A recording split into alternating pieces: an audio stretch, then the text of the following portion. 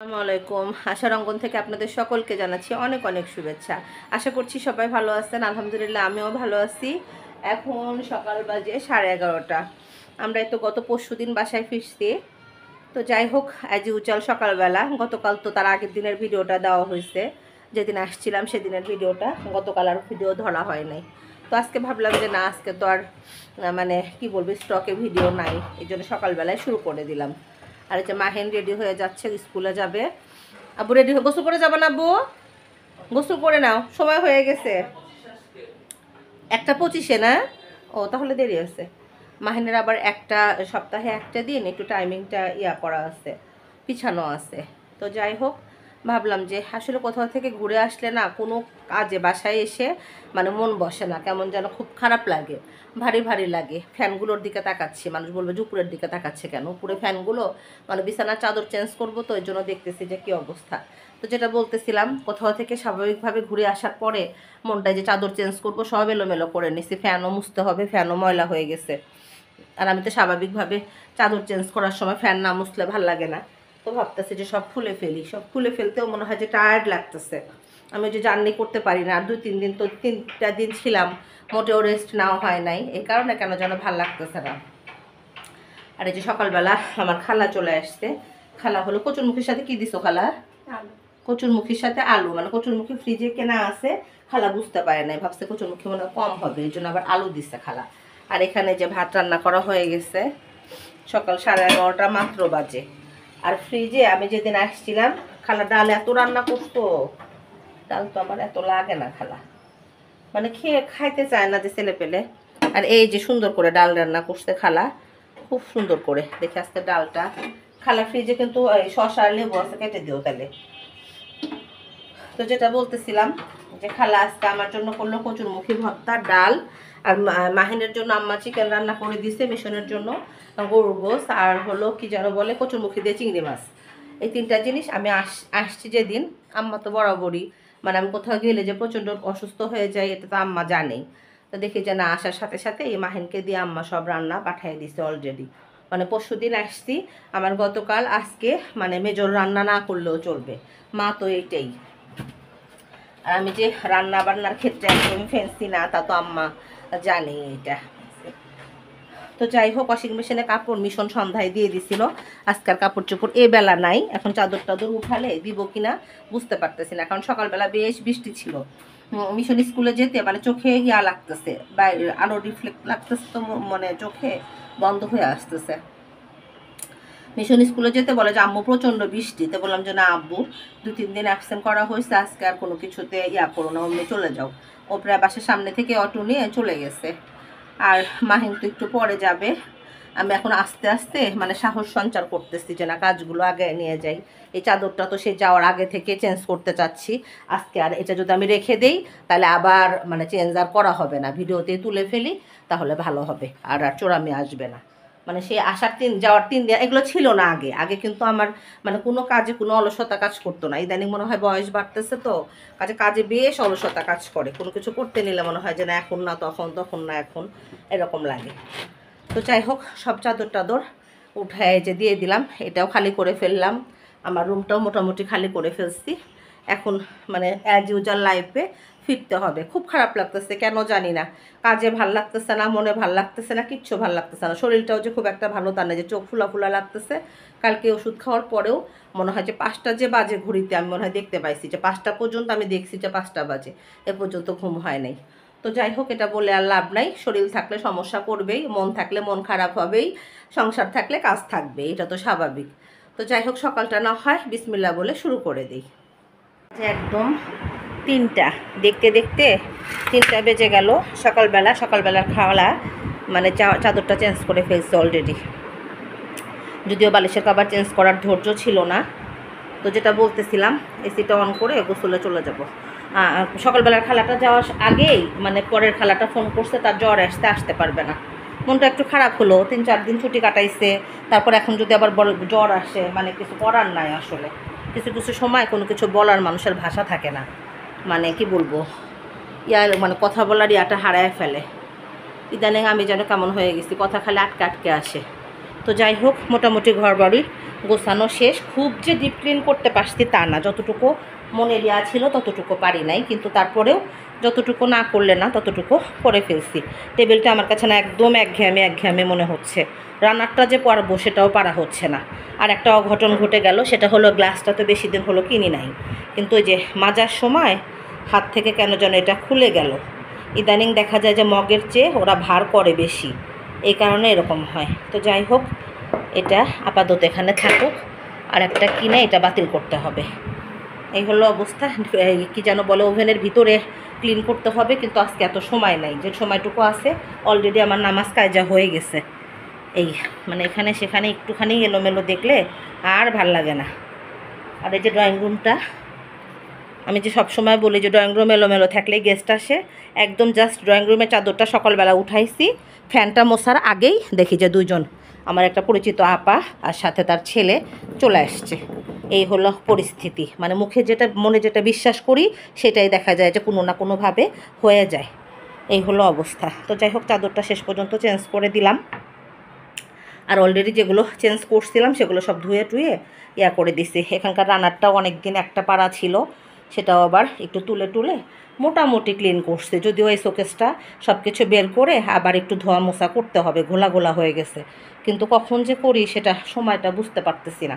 কারণ যেহেতু আমি সকালবেলা উঠি না, এই কারণে আমার বেশ টাইমটা সকালবেলা নষ্ট হয় এরকম। তো যাই হোক, মোটামুটি গোছানো শেষ। মিশন চলে আসছি স্কুল থেকে। আব্বুজি পড়তে বসেন, কিন্তু আব্বু বেশি দেরি করো না। পাপোশগুলো একটু জায়গায় জায়গায় দিয়ে দিয়ে আমি চলে যাব গোসলে, দেরি হয়ে যাচ্ছে। পাপোশ না দিলে না মনে হয় যে কখন আবার বৃষ্টি টিষ্টি চলে আসবে, ভিজে যাবে, এই একটা জ্বালা। মাহিনের ওয়াশরুমটা একটু ধুয়ে দিলাম, মিশনেরটা আজকে দিলাম না, সময় নাই। আর এই যে কাপড় চোপড় সব দিয়ে দিছি, অলরেডি চাদরও ধুয়ে দিছি, কারণ ভয় লাগে যে আজকে ধুবো না কালকে যদি আবার রোদ না ওঠে, এই কারণে। মিশন মা বারবার এক কথা বলতে পারবো না, পড়তে বসো। আর এই যে মাহিনের রুমটা, মাহিনের রুম তো মাহিন অনেক দেরিতে গেছে, 1:55-তে মোটামুটি গোছানো শেষ। এই যে বারান্দার এই অবস্থা, গাছগুলো ছিলাম না, পানি বেশি করে দিয়ে গেছিলাম, খুব একটা প্রবলেম হয় নাই। তো যাই হোক, এখন চলে যাই গোসলে, দেখা হবে আবার ইনশাল্লাহ বিকালে। এখন বাজে 5:20, 5:20 না 5:15। আমার মাহিন স্কুল থেকে এসেই নামাজে চলে গেছে। তো আমি যে টেবিলে সব দিয়ে দিলাম। বিকাল বাজে 5টা, আমার বাসায় ভাতের অবস্থা, মানে মিশন স্কুল থেকে এসে রুটি খেয়ে নিচ্ছে, সে ভাত খায়ই নাই। বললাম, বলে যে না আম্মু রুটিই খাবো। আর তো এই যে আমি টেবিলে সব দিয়ে দিলাম, ডাল, এখানে আছে যে কচুরমুখী চিংড়ি মাছ দিয়ে, এখানে আছে চিকেন, আর এখানে আছে হলো আলু ভর্তা, আর হলো কচুরমুখী ভর্তা। তো যাই হোক, ভাবতেছি মাহিনের জন্য অপেক্ষা করতেছি যে মাহিন আসলে ভাতটা না হয় খেয়ে নেই। মানে ও মসজিদ থেকে স্কুল থেকে আসতে আসতেই আজানটা একদম সাথে সাথে রাস্তায় দিয়ে দেয়। এখন তো ছোট দিন, কিছু করার নেই, মানে দিনের সাথে আর লাগাম টানা যাবে না। আর এই ছোটো দিনে আমার এমনি দুপুরে কিছু খেতে ইচ্ছা করে না গোসলের পরে, তারপর ছোটো দিনে আরও দেখা যায় যে সময় কাবার করা যায় না। তো যে মাহিনের জন্য অপেক্ষা করতেছে, আমি মাহিন আসলে ওর সাথে একসাথে না হয় খেয়ে নিব, ক্ষুধা লেগে গেছে। একটু দেরি হচ্ছে, তো ভাবলাম যে আমি একটু ডাল দিয়ে ভাত না হয় নিয়ে নিই, তাড়াতাড়ি চলে আসে, ওরও তো ক্ষুধা লেগে যায়। আর ওরা তো দেখা যায় ভারী টিফিন নিয়ে যায় না, হালকা কিছু নিয়ে যায়। তো আসতেছে না এখনও, এর মধ্যে আবার কারেন্ট চলে গেল। যদিও আইপিএস আছে, কিন্তু আমার আবার ডাইনিংয়ের লাইনটা দেওয়া নাই, অন্য অন্য মানে 4 রুমে দেওয়া আছে, বা ডাইনিংয়ের ফ্যানটা কাভার করতে পারে নাই, এই অবস্থা। ভর্তায় অনেক ঝাল হয়েছে। তো যাই হোক, মাহিনের জন্য অপেক্ষা করি আর খাবারটা শেষ করি। আমার মাহিন নামাজ পড়ে এসে আম্মুর সাথে জয়েন করছে, তাই না বাবা? ক্ষুধা লাগছিল স্কুলে, আম্মু বলে যে ভারী টিফিন নাও, তুমি তো শোনো না। পরীক্ষার কথা কবে বললো? যে তোমার যে সেকেন্ড টার্মিনাল 21 তারিখ না 26 তারিখ? 21 তারিখ। খাবার শেষ করে ভাত নিয়ে বারবার ডাল নাও, সে ডাল বেশি বেশি খাইতে হয়। ফ্যান চলে গেল, গরম লাগতেছে না? যাওয়ার সময় কি হেঁটে গেছো না অটোতে গেছো? আম্মু তোমাকে বারবার বলে যে যাওয়ার সময় তুমি হেঁটে যাবা না, কেন আম্মুর কথা শোনো না? এরকম করলে কিন্তু আম্মু সেই ছোটবেলার মতো হাত ধরে নিয়ে যাবো। কোন বন্ধু?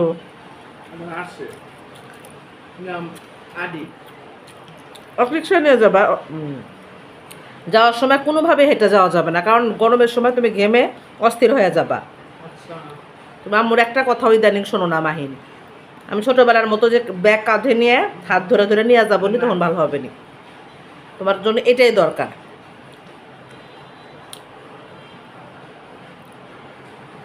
পানি খাওয়া, পানি শেষ করো, ঘেমে গেছে আমার আব্বু।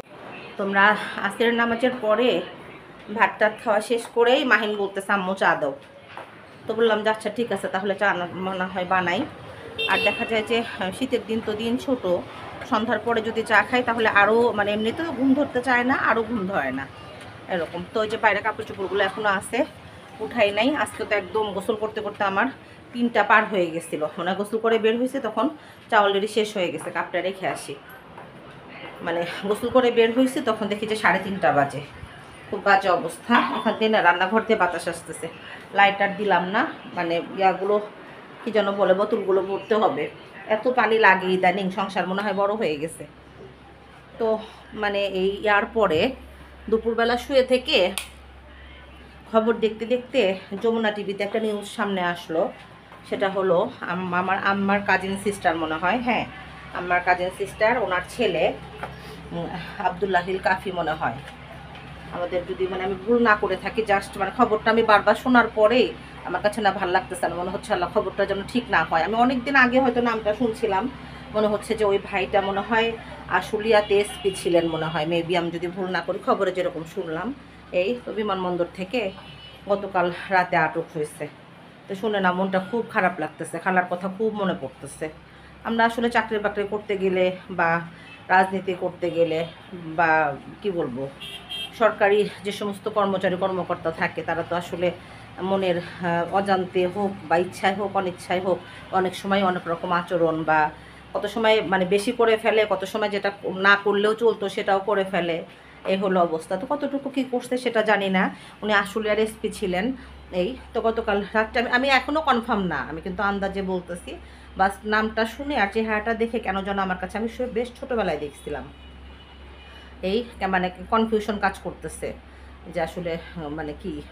তো মানে শোনার পর থেকে আমার খালি গা ঘামতেছে, আর আমি জাস্ট শুধু মানে খালার কথাটা, খালার মুখটা আমার চোখের সামনে ভেসে উঠতেছে যে খালা কত মানে সচেতনভাবে, খালা খালু দুজনে, ওনারা মনে হয় এক ছেলে এক মেয়ে, এই ছেলে পেলেকে মানুষ করছে। বা একটা ছেলে বিসিএস দিয়ে 32তম বিসিএসের মনে হয় ছিল, দিয়ে জবটা হয়েছে। এই রাজনৈতিক অস্থিরতার কারণে মানে এই ঝামেলাটায় পড়ে গেল।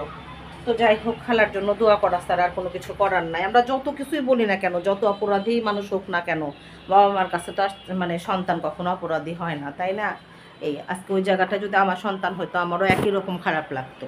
আসলে আমার না এরকম, আমি তো এর আগেই বলছি যে আমি কোনো কিছু শুনতে পারি না। জাস্ট শোনা মাত্রই আমি যে এসার কাছ থেকে শুনছি, খবরটা দেখছি, আমি মনে মনে ভাবতেছি যে আল্লাহ খবরটা যেন মিথ্যা হয়, আমরা যেটা ভাবতেছি সেটা যেন না হয়। এই এখন আল্লাহই ভালো জানে। এই তো যাই হোক, আজকের ভিডিওটা না হয় বড় না করি।